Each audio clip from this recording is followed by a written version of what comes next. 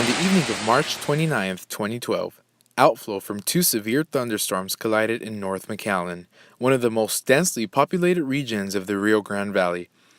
The collision of the outflow boundaries with an already unstable atmosphere spelled a recipe for disaster.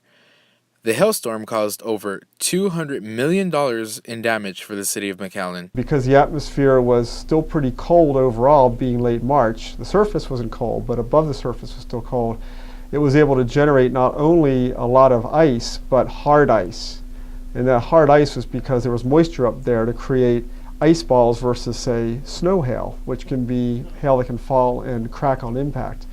These were falling like ice cubes. And the combination of that with microburst winds of hurricane force that were coming out of the supercell storm drove that hail from the north to the south into northern facing exposures in North McAllen, West McAllen over to Mission for about 30 to 45 minutes, give or take, depending on where people lived. Around 7 o'clock that evening, one of my customers said that there was a storm coming.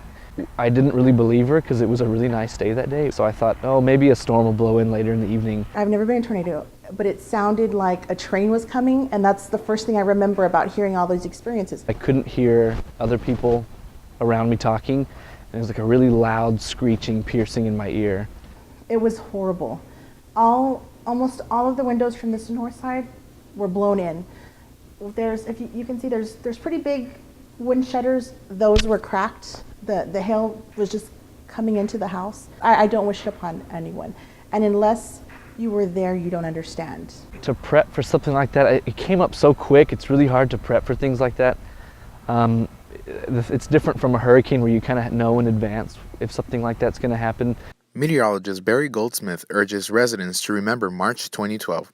Pay attention to the weather, especially between the end of March and the end of May. He encourages to take a plan of action when you know severe weather is possible. Know your safe zones and know what to do during warnings and watches. For BroncTV, I'm Sergio Puente.